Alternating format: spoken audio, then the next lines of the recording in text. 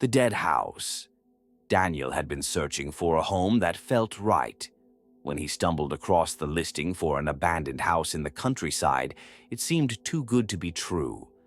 The price was ridiculously low, and despite some mild warnings from the real estate agent about its history, Daniel was eager to start fresh. The moment he signed the paperwork, however, things felt off. His neighbors refused to speak about the house. When he tried to get mail delivered, the postal worker claimed the address didn't exist. Even online maps showed only an empty lot. At first, Daniel convinced himself it was just a glitch, a bureaucratic oversight.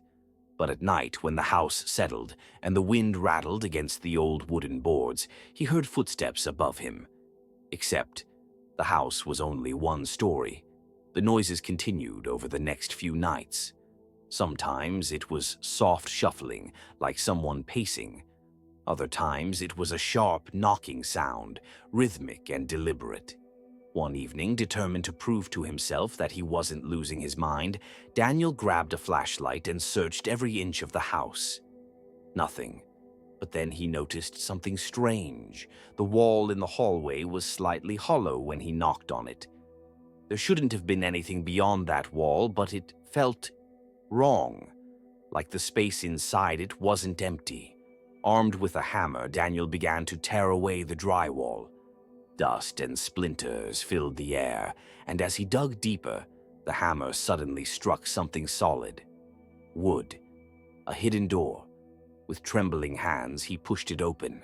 Behind it was a staircase leading upward to a second floor that didn't exist. The air inside was cold, untouched by time. Daniel climbed cautiously, every step creaking beneath him. At the top, there was a single door, slightly ajar. Inside was a bedroom, perfectly preserved. The furniture was old, covered in dust. A candle sat unlit on the nightstand, and there, lying on the bed, was a body. Daniel stumbled back. It was him, or at least a decayed version of him. Skin stretched tight over bone, hollow sockets where eyes should have been. The corpse wore his clothes, held a journal that had his handwriting. His hands shook as he flipped through the pages. The last entry read, "I must have fallen asleep, but I don't remember waking up. I don't remember leaving. I don't remember anything at all."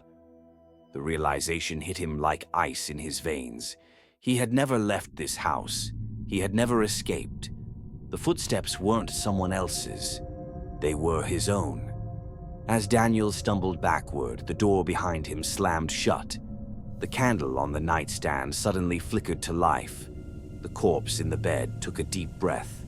And in the dim, suffocating silence, Daniel felt himself beginning to forget. The room seemed to shift around him, the edges of reality growing softer, more fluid.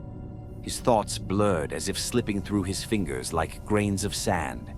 A whisper filled the space. "You were always here, Daniel." He turned, but there was no one else in the room. Just the candlelight casting flickering shadows against the walls. His body felt heavy, his legs weak. He stumbled toward the door, but it wouldn't budge. Panic clawed at his chest. He slammed his fists against the wood, but the door remained unmoved. Then, from behind him, a voice rasped, "Lie down, Daniel. It's time to rest." His breath hitched as he turned. The corpse was no longer in the bed. It was standing right behind him. A wave of exhaustion crashed over him. His body ached with the need to sleep. The room pulsed, shadows deepening. The figure reached for him, and suddenly, Daniel felt his willpower slipping away. He blinked, and then he was lying in the bed. The sheets smelled of dust and decay. His limbs wouldn't move. His vision blurred as the ceiling above him faded into nothingness. The last thing he saw before darkness swallowed him whole was himself, standing by the door, looking down at the body in the bed. His own voice whispered, "Welcome home." And then, silence. He was never supposed to leave the house, because he never did.